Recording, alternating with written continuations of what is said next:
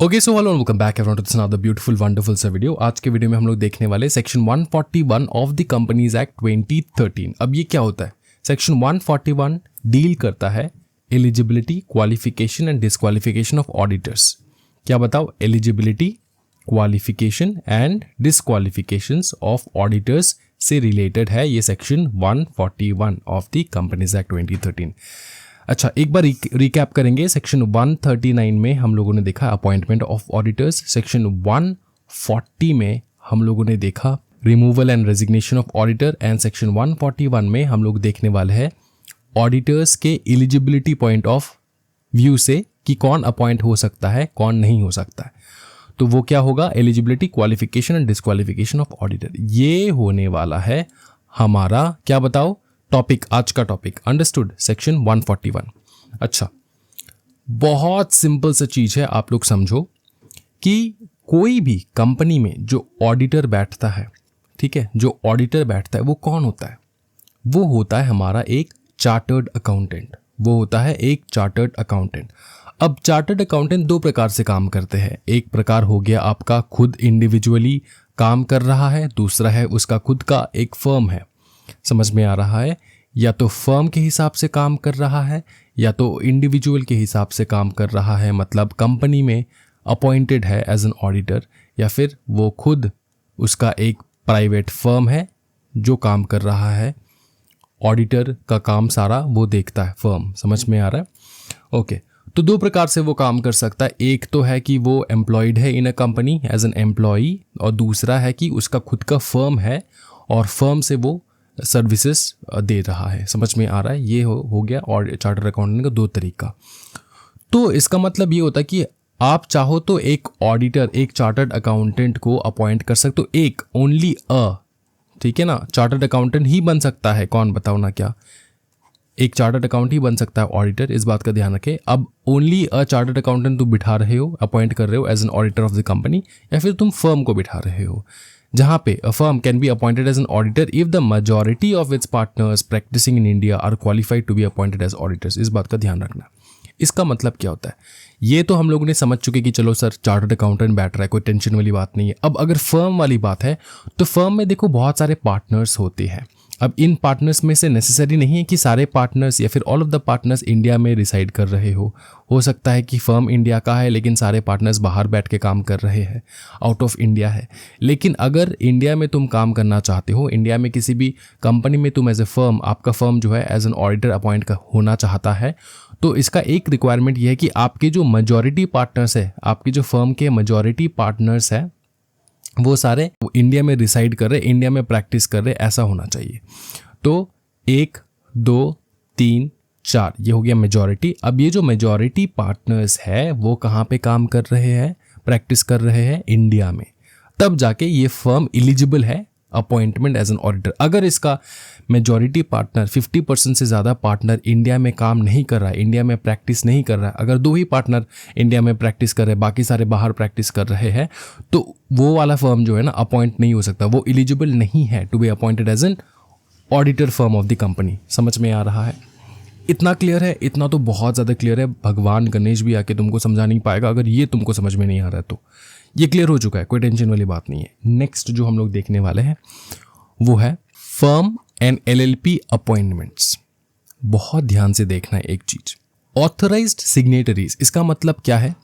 हो सकता है कि आपका एक मेगा फर्म हो, आपका एक मेगा फर्म हो। वो मेगा फर्म क्या होता है सर? मेगा फर्म वो फर्म होता है जहां पे अलग अलग प्रकार के एक्सपर्टीज बैठते हैं। जैसे कि आपका ऑडिटर हो गया CA, फिर आपका सेक्रेटरियल ऑडिटर हो गया CS, फिर आपका कॉस्ट अकाउंटेंट हो गया CMA। ऐसे करके ना बहुत सारे स्पेशलाइज्ड बंदे बैठते हैं एक फर्म में, ठीक है?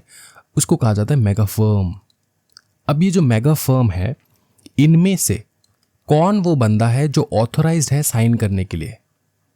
मतलब कहाँ पे साइन करेगा सर? वो जो कंपनी में अपॉइंटेड हुआ ना, अपॉइंटमेंट हुआ है इस फर्म का to work as an auditor, उस फर्म का कोई भी डिटेल है, कोई भी डॉक्यूमेंट है, उसमें कौन साइन कर सकता है? सिर्फ वही कर सकता है, वही पार्टनर जो कि एक CA है। मतलब ये बंदा कर सकता है, जो भी पार्टनर CA है वही कर सकता है। अगर आप एक मेगा फर्म में हो तो आपके CS वाले बंदे या फिर CMA वाले बंदे उस वाले फाइल में साइन नहीं कर सकता है। तो इस बात का ध्यान रहे। ये क्या लिखा है देखो ना, कोई भी फर्म है including a limited liability partnership is appointed as an auditor, तो वही partners, only those partners who are chartered accountant can act and sign on behalf of the firm. इस बात का ध्यान रखो, ठीक है, सिर्फ इसका ध्यान रखना है तुमको। नेक्स्ट जो है डिस्क्वालिफिकेशन फॉर अपॉइंटमेंट देखेंगे हम लोग। डिस्क्वालिफिकेशन फॉर अपॉइंटमेंट मतलब वो बंदे जो एलिजिबल नहीं है फॉर अपॉइंटमेंट, ठीक है। सबसे पहला आता है एक कंपनी, ठीक है, company, a body corporate, any body corporate other than an LLP, LLP को छोड़ के, एलएलपी हो सकता है लेकिन कोई भी बॉडी कॉर्पोरेट, ठीक है। दूसरा है कोई कंपनी, एन ऑफिसर और एम्प्लॉय ऑफ द कंपनी, उसी कंपनी का कोई ऑफिसर या फिर उसी कंपनी का कोई ऑफिसर या फिर बताओ ना, उसी कंपनी का कोई ऑफिसर जो है वो बन नहीं सकता एज एन ऑडिटर। अच्छा, एक चीज़ याद रखना, अगर मैं यहाँ पे बॉडी कॉर्पोरेट कह रहा हूँ, देखो इसको बहुत अच्छे से देखना है एक बार, बहुत इंपॉर्टेंट है। अगर मैं यहाँ पे बॉडी कॉर्पोरेट कह रहा हूँ जो कि अपॉइंट नहीं हो सकता, इसका मतलब ये है कि कंपनी, कोई कंपनी है वो भी तो अपॉइंट नहीं हो सकता। कोई जो कंपनी होगा वो भी तो अपॉइंट नहीं हो सकता, क्योंकि कंपनी तो एक बॉडी कॉर्पोरेट है ना। और यहाँ पे एलएलपी के लिए छूट है, एलएलपी हो सकता है लेकिन कंपनी नहीं हो सकता। क्यों नहीं हो सकता, इसके पीछे भी बहुत अच्छा खासा एक रीज़न है, वो आप जानो सबसे पहले, बहुत इंपॉर्टेंट है। देखो, इसका रीज़न ये है कि जो लॉ मेकर्स है ना, वो क्या चाहते थे, वो चाहते थे कि जो ऑडिटर होगा ना कंपनी का, जो ऑडिटर होगा ना कंपनी का, वो अपना ड्यूटी बहुत अच्छे से करे, और अगर ड्यूटी ना कर पाए अच्छे से तो वो पर्सनली लायबल हो उसके मिस्टेक्स के लिए, ठीक है। अगर ये जो हमारा ऑडिटर है वो अगर कोई गलत काम कर रहा है तो वो पर्सनली लायबल हो, वो पर्सनली अपना बोझ उठाए, अपने लायबिलिटी को उठाए कि मेरे से काम सही से नहीं हुआ, मैंने फ्रॉड किया या फिर कुछ भी हो रहा है, ठीक है, मैंने डिसऑनेस्ट जो है हिसाब से काम किया है। तो वो जो कुछ भी नेगेटिव चीज़ हो रहा है कंपनी में ऑडिटर द्वारा, वो उसके लिए ऑडिटर पर्सनली लायबल हो, इसलिए कंपनी जो है वो इंक्लूडेड नहीं है। क्यों नहीं है, समझो। कंपनी हम लोगों ने बचपन से हम लोग पढ़ते हुए आ रहे हैं, ये जो कंपनी है ना, उसका जो एक बॉडी कॉर्पोरेट होगा उसका क्या होता है, उसका एक सेपरेट लीगल एंटिटी मानते हैं हम लोग, है ना। वो सेपरेट लीगल एंटिटी मानेंगे हम लोग, जो कि बताओ क्या, जो कि अलग है फ्रॉम इट्स इनकॉर्पोरेटर्स, जिसने इनकॉर्पोरेट किया इस कंपनी को, वो, और ये कंपनी अलग है, वो सेपरेट लीगल एंटिटी है, वो एक सेपरेट पर्सन है।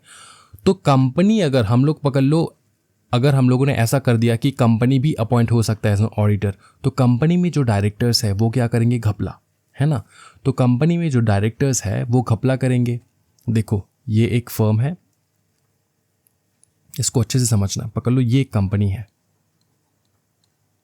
इस कंपनी में नॉर्मली तो अलाउड कौन कौन है बताओ ना, फर्म वगैरह अलाउड है। पकड़ लो, इस कंपनी में एज एन ऑडिटर हम लोग किसी कंपनी को क्यों नहीं दे रहे, कंपनी मतलब बॉडी कॉर्पोरेट को क्यों अलाउ नहीं कर रहे एज एन ऑडिटर काम करने के लिए।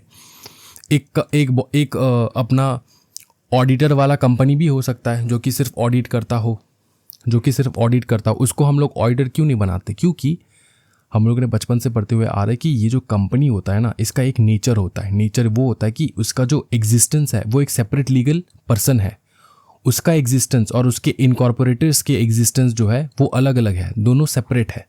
मतलब कंपनी में काम, एक्चुअल काम तो वही डायरेक्टर्स वगैरह कर रहे हैं, लेकिन अगर पकड़ लो घपला हो गया, पकड़ लो डायरेक्टर्स ने कुछ उल्टा सीधा हरकत कर दिया, उल्टा सीधा बहुत बड़ा स्कैम कर दिया, तो जब पुलिस पकड़ने जाएगा ना इस कंपनी को, डायरेक्टर कहेगा देखो कंपनी अलग है और हम अलग है, कंपनी ने गलती किया है, कंपनी ने गलत काम किया है, कंपनी को पकड़ो, कंपनी एक सेपरेट लीगल एंटिटी है, कंपनी को पकड़ो, मुझे मत पकड़ो, मैंने कुछ नहीं किया है। ऐसा तर्क देगा, कौन तर्क देगा, अपने डायरेक्टर्स जिसने गलत काम किया है। तो ये सारा कॉम्प्लिकेशन नहीं आने के लिए लॉ मेकर्स चाहते हैं कि भैया जो हमारा ऑडिटर रहेगा वो पर्सनली लायबल रहेगा, ऐसा नहीं होना चाहिए कि वो ब्लेम किसी और के ऊपर डाल दे। इसलिए हम लोगों ने पार्टनर्स, ये जो फर्म है वो वाला कंसेप्ट लगाया कि फर्म भी रख सकते, कोई टेंशन वाली बात नहीं है, और इंडिविजुअल बंदा रख सकते, क्योंकि फर्म में जो पार्टनर्स है वो इंडिविजुअली लायबल रहता है, फॉर बताओ ना, कोई भी नुकसान हो रहा है, कोई भी पाप काम हो रहा है, कोई भी फ्रॉड वगैरह हो रहा है। इसलिए ये कंसेप्ट समझ में आ चुका है ना, ये थोड़ा ऊंचा लेवल का कंसेप्ट है, हर कोई आपको एक्सप्लेन नहीं करेगा, हर कोई को पता नहीं होगा। जो मैंने तुमको बता रहा हूँ समझ में आ रहा है, ये क्लियर हो चुका है। ये थोड़ा बेसिक कंसेप्ट दिमाग के किसी छोटे वाले हिस्से में घुसा के रखना कि क्यों हम लोग ने कंपनी को नहीं अलाउ किया लेकिन फर्म को अलाउ कर रहे हैं to work as an auditor of the company. Next, ये हो चुका है कॉर्पोरेट। अब नेक्स्ट जो है ना वो है ऑफिसर के बारे में। कोई ऑफिसर और एम्प्लॉय ऑफ द कंपनी, उसको हम लोग रख नहीं सकते। आपके कंपनी में ऑलरेडी कोई बंदा काम कर रहा है, उसी बंदे को आप एज एन ऑडिटर अपॉइंट नहीं कर सकते। क्यों नहीं कर सकते? क्योंकि अगर कोई बंदा आपके कंपनी में काम कर रहा है ऑलरेडी, तो आपका, इस बंदे का और आपके कंपनी का कोई तो रिलेशन बन जाएगा ना, किसी प्रकार का रिलेशन बन जाएगा। वो ऑलरेडी काम कर रहे हैं इतने टाइम से कंपनी में। तो हम लोग जो लॉ मेकर्स है ना, वो चाहता है कि ऑडिटर जो है ना वो इंडिपेंडेंट रहेगा। ऑडिटर का कोई रिलेशन नहीं होना चाहिए कंपनी के साथ, समझ में आ रहा है? मतलब बहुत अच्छा मित्रता, इस प्रकार का रिलेशन कुछ नहीं होना चाहिए। उसको एकदम इंडिपेंडेंट होके काम करना है ऑडिटर को। इसलिए जो ऑलरेडी कंपनी में एज एन एम्प्लॉय बैठा है, उस सेम बंदे को तुम एज एन ऑडिटर नहीं रख सकते। समझ में आ चुका? कोई टेंशन वाली बात नहीं है। Next, a person who is a partner और in the employment of an officer और एम्प्लॉय ऑफ द कंपनी। इसका मतलब समझना, इसका मतलब ये है कि एक कंपनी में काम कर रहा है एम्प्लॉय, ठीक है, ये एम्प्लॉय काम कर रहा है एक कंपनी में। इस एम्प्लॉय के अंडर में कुछ एम्प्लॉयज काम कर रहे हैं, तो इनको तुम ऑडिटर नहीं बना सकते, क्योंकि इनडायरेक्टली तो रिलेशन बन जाएगा ना। इनडायरेक्टली रिलेशन बन रहा है कि नहीं, कि ये जो 3 बंदे हैं ना, ये 3 बंदे इसी के अंडर में काम करता है। ये 3 बंदे जो है, ये इस कंपनी में काम नहीं कर रहा है, लेकिन ये 3 बंदे इसके अंडर में काम कर रहे हैं, इस बंदे के अंडर में काम कर रहे हैं जो कि ऑलरेडी एम्प्लॉय है कंपनी का। तो आप उनको एज एन ऑडिटर नहीं बिठा सकते। इसी के साथ साथ इस बंदे का अगर कोई पार्टनर हो, उसको भी तुम कंपनी में एज एन ऑडिटर नहीं बिठा सकते, क्योंकि रिलेशन बनेगा। ये इसका पार्टनर है, ये इसका पार्टनर है और ये एम्प्लॉय है कंपनी का। एक बार हम लोग प्रोविजन के टूवर्ड्स देखेंगे क्या लिखा है। देखो, partner employee of companies officers, मतलब a person who is a partner और in the employment of an officer और एम्प्लॉय ऑफ द कंपनी। तो उनको तुम क्या नहीं बना सकते बताओ? उनको तुम ऑडिटर नहीं बना सकते। समझ में आ रहा है? नेक्स्ट है फाइनेंशियल इंटरेस्ट वाला टॉपिक। इसमें क्या होता है? इसमें ये होता है कि कुछ लोग कंपनी को पैसा लोन में देते हैं, कुछ हेल्प कर देते हैं शेयर्स वगैरह खरीदने में, मतलब इन्वेस्टमेंट करवा देते हैं कंपनी में, समझ में आ रहा है? लोन दे देते हैं, इन डेट रहते हैं और इन्वेस्ट करते हैं। तो अगर आपने इन्वेस्ट कर रखा है कंपनी में, ठीक है, अगर आपने देखो ना इन्वेस्ट कर रखा है कंपनी में, आपने लोन दे रखा है या फिर गारंटी सिक्योरिटी दे रखा है कंपनी में, कुछ हद तक एक लिमिट होगा, उसके ऊपर तक अगर तुमने दे रखा है, तो ये जो बंदे हैं ना जिन्होंने इन्वेस्ट किया है, लोन दिया है, गारंटी सिक्योरिटी दिया है, इनके रिलेशन में कोई भी बंदा अगर आ रहा है, उसको तुम ऑडिटर नहीं बना सकते। समझ में आ रहा है? हाँ जी, समझ में आ रहा है। अच्छे से देखेंगे, एक बार ये पढ़ लेंगे। सिक्योरिटी होल्डिंग, इसका मतलब क्या है? ए पर्सन और देयर रिलेटिव या फिर पार्टनर होल्डिंग एनी सिक्योरिटी और इंटरेस्ट इन द कंपनी और इट्स रिलेटेड एंटिटीज। इतना सबसे पहले समझ लो। क्या बोला? ए पर्सन और उसका रिलेटिव एंड पार्टनर क्या कर रहा है? ये होल्ड कर रहा है। क्या होल्ड कर रहा है? सिक्योरिटी कंपनी में। तो पहला जो इन्वेस्टमेंट वाला हो गया, ये यहाँ पे कवर हो चुका है। मतलब कोई भी इंसान जिसने कंपनी में इन्वेस्ट कर रखा हो, कोई भी इंसान जिसका रिलेटिव कंपनी में इन्वेस्ट कर रखा हो, या फिर कोई भी इंसान जिसका पार्टनर कंपनी में इन्वेस्ट कर रखा हो, उस प्रकार के इंसान को तुम एज एन ऑडिटर नहीं बिठा सकते, क्योंकि उसमें रिलेशन बिल्ड हो रहा है। तो कंपनी के साथ रिलेशन बिल्ड नहीं होना चाहिए। समझ में आ रहा है ना? क्योंकि उसका जो काम करने का तरीका हो ना, डिसीजन मेकिंग, जब इंटरेस्ट क्लैश करेगा तो वहाँ पे दिक्कत हो जाएगा। डिसीजन मेकिंग सही प्रकार से वो ले नहीं पाएगा। समझ में आ रहा है? अब देखो, समझो,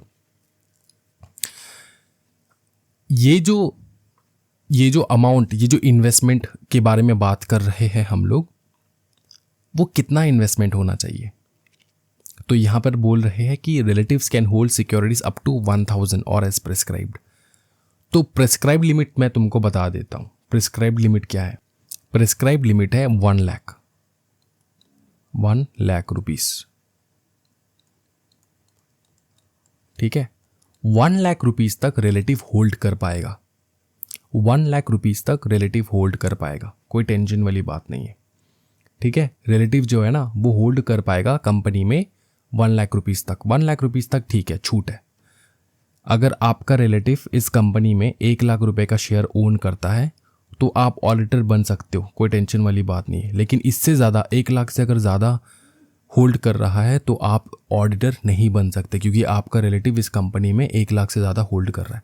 तो इसमें क्या कर सकते हैं? रिलेटिव को बोल सकते हैं कि रिलेटिव तुम अपना इन्वेस्टमेंट कम करो सो दैट मैं ऑडिटर बन पाऊँ इस कंपनी में। क्या ये पॉसिबिलिटी है? हाँ है।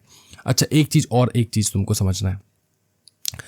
यहाँ पे जो है ना, हम लोग जो बात कर रहे हैं कि इन्वेस्ट करना, ठीक है, इन्वेस्ट हो रहा है, ये जो इन्वेस्टमेंट के बारे में बात कर रहे हैं, ये इन्वेस्टमेंट नीड नॉट आप कंपनी में ही कर रहे हो सकता है कि कंपनी का कोई एसोसिएट हो, कोई सब्सिडियरी हो, कोई होल्डिंग हो, उसमें भी अगर आपने इन्वेस्ट किया तो पॉसिबल नहीं है। समझना इस चीज़ को बहुत अच्छे से। हम लोग पढ़ रहे हैं इन्वेस्टमेंट का टॉपिक।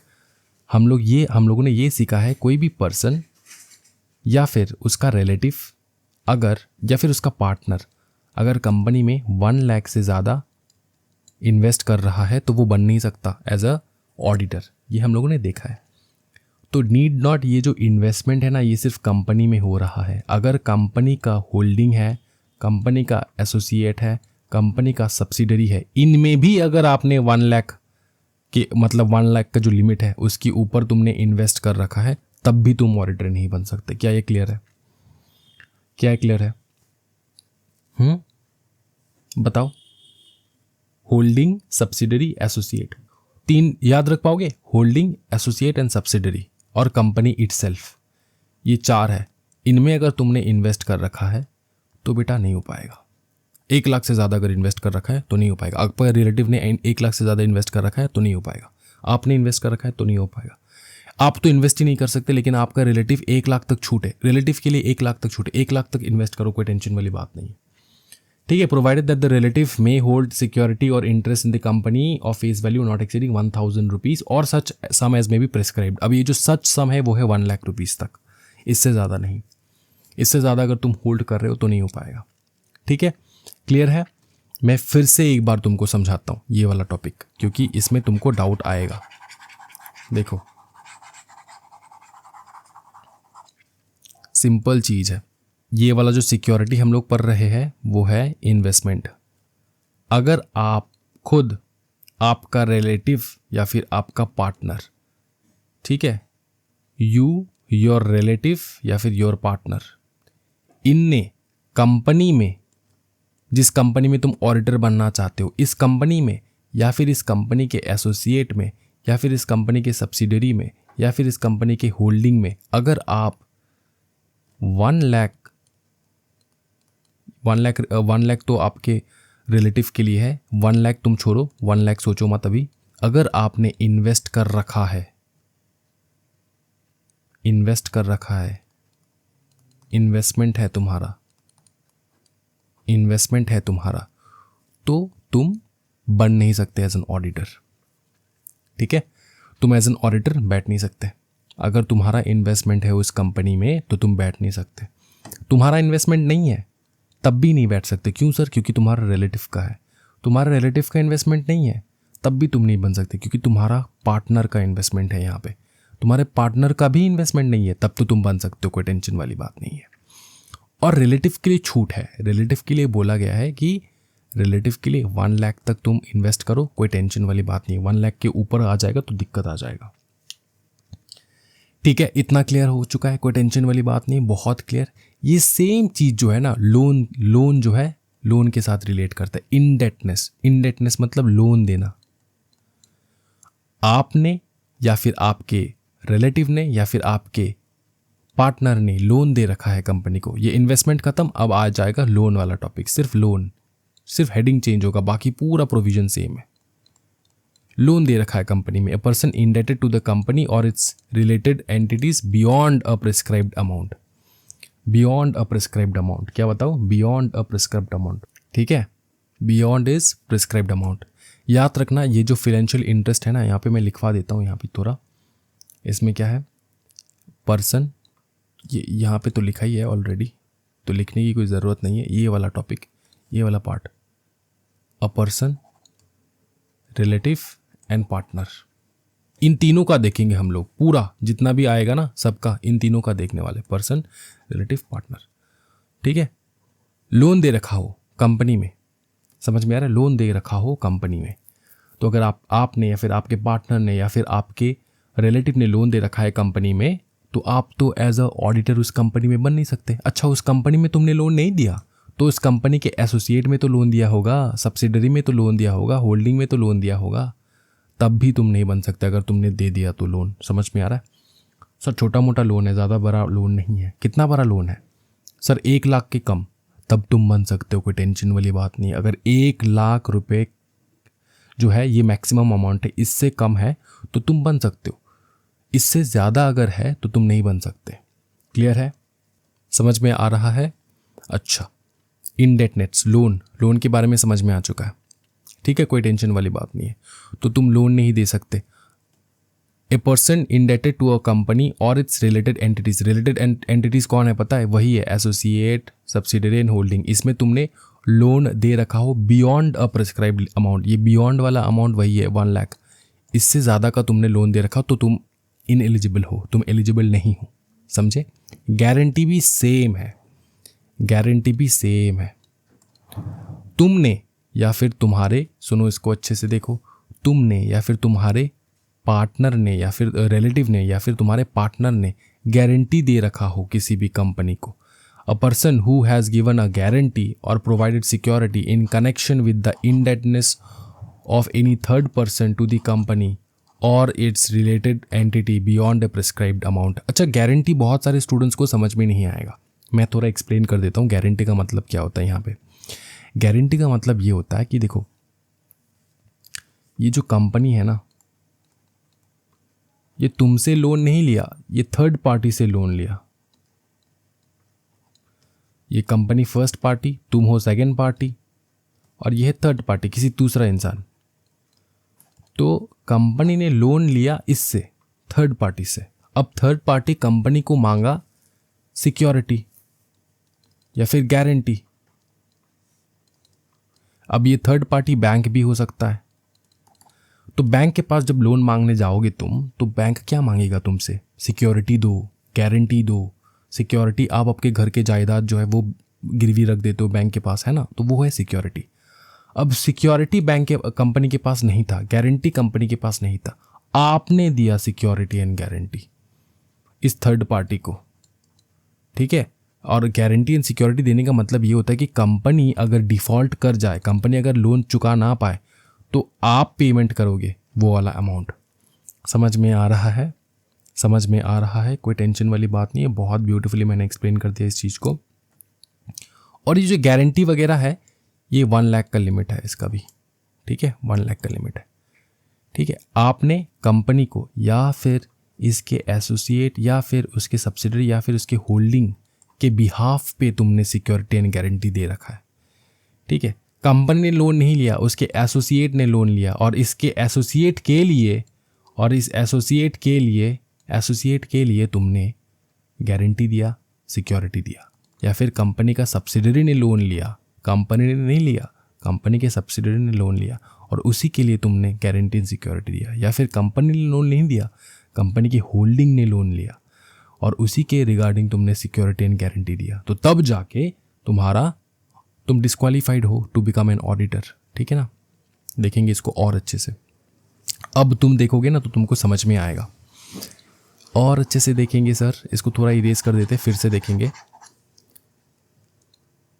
देखो, guarantee, a person who has given a guarantee और provided security in connection with a indebtedness. Indebtedness मतलब ही होता है loan, of any third party को तुमने दिया टू द कंपनी और इट्स रिलेटेड एंटिटीज, मतलब कंपनी ने या फिर कंपनी के एसोसिएट, सब्सिडरी, होल्डिंग, इनने लोन ले रखा है, इनके लिए तुमने दिया क्या, security and guarantee, beyond the prescribed amount, वो अमाउंट है 1 लाख, वो तो 1 लाख तक दे रखा है तो कोई टेंशन वाली बात नहीं, लेकिन 1 लाख से अगर ज़्यादा दे रखा है तो दिक्कत वाली बात है। 1 लाख से अगर ज़्यादा दे रखा है तो तुम डिस्क्वालीफाइड हो।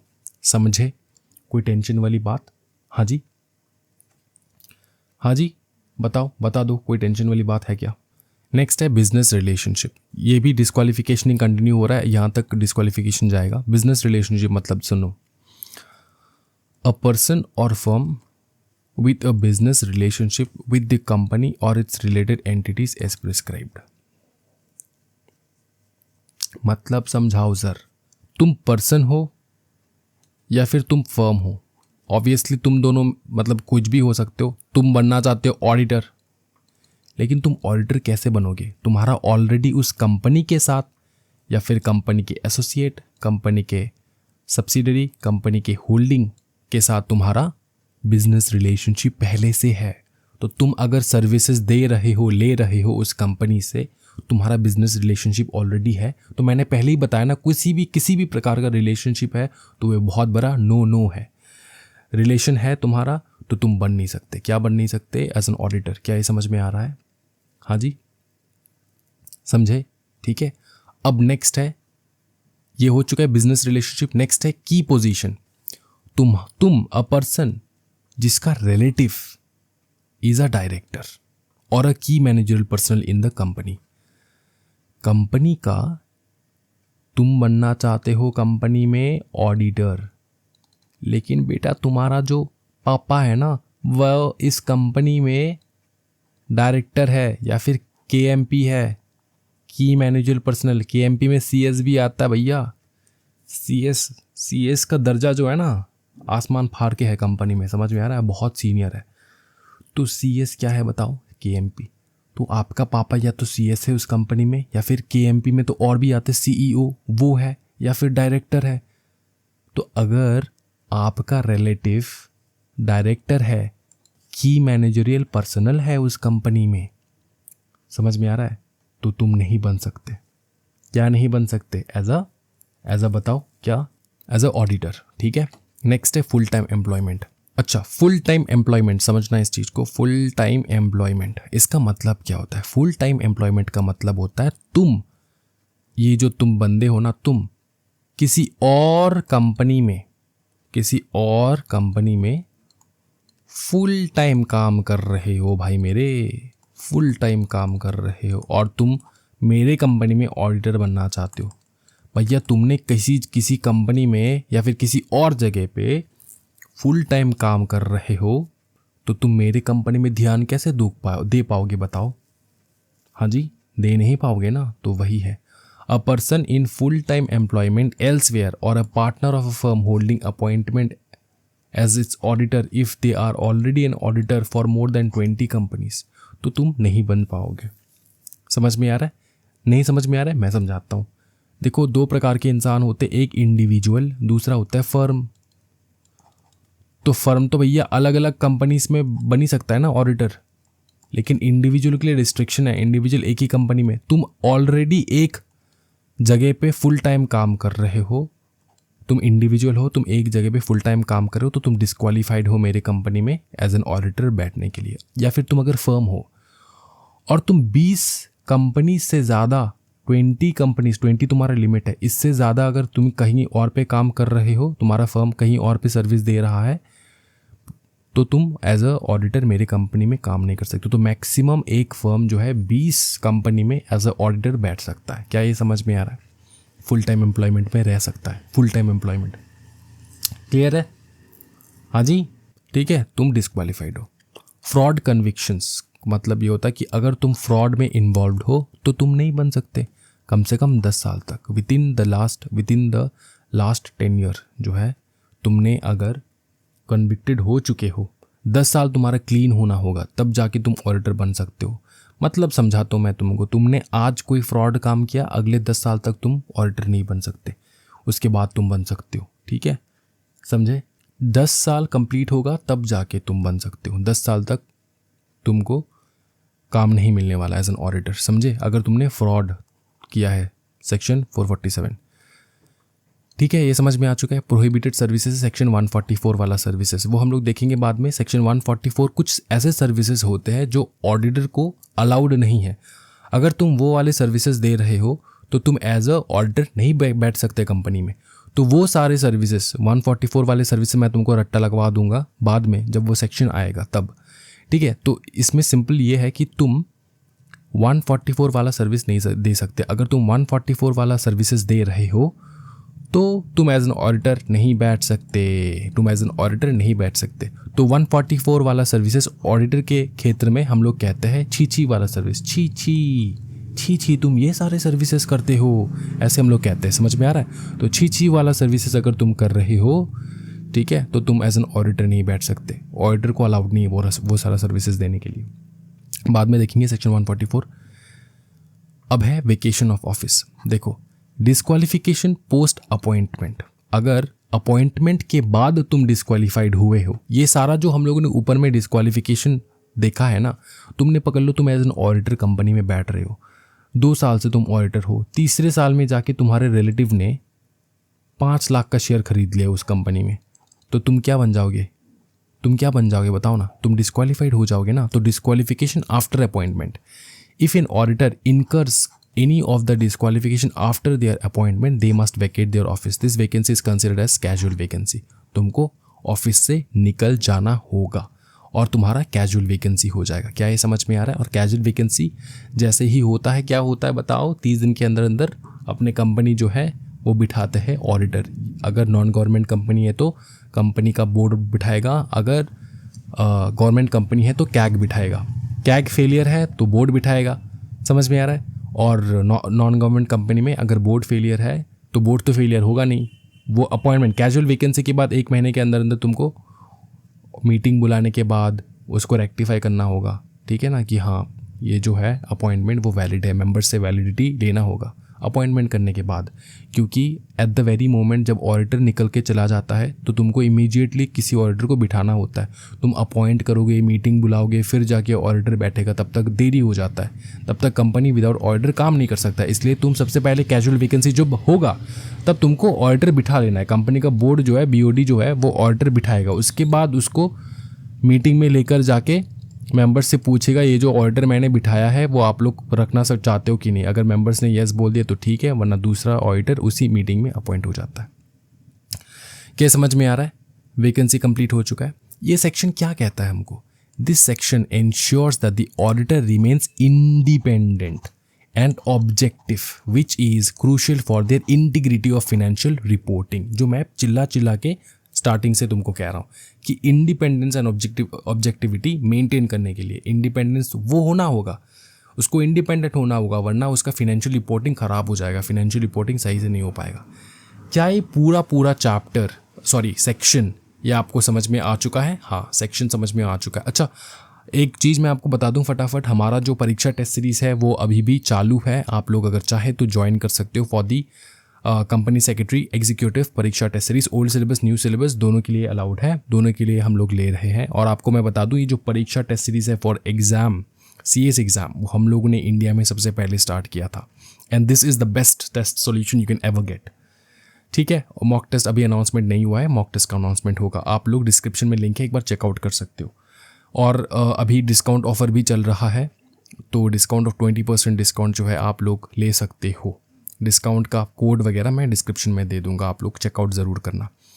ये जो फाइल है, ये फाइल मैं हमारे एप्लीकेशन में अपलोड कर दूंगा, फ्री रिसोर्सेज सेक्शन में, आपको डाउनलोड कर लेना वहीं से। कोई भी दिक्कत हो, डाउट हो, क्वेश्चन हो, क्वेरी हो तो कमेंट सेक्शन में करना है क्वेरी, मैं उसका रिप्लाई करूंगा। कोई दूसरा सेक्शन जो तुमको बहुत ज़्यादा डिफिकल्ट लग रहा है वो भी तुमको लिख लेना है, मैं उसका वीडियो लेकर आऊँगा। आज की वीडियो में इतना ही। चैनल को ज़रूर लाइक एंड सब्सक्राइब कर देना वीडियो को। Thank you so much everyone. Happy learning guys, bye bye and take care.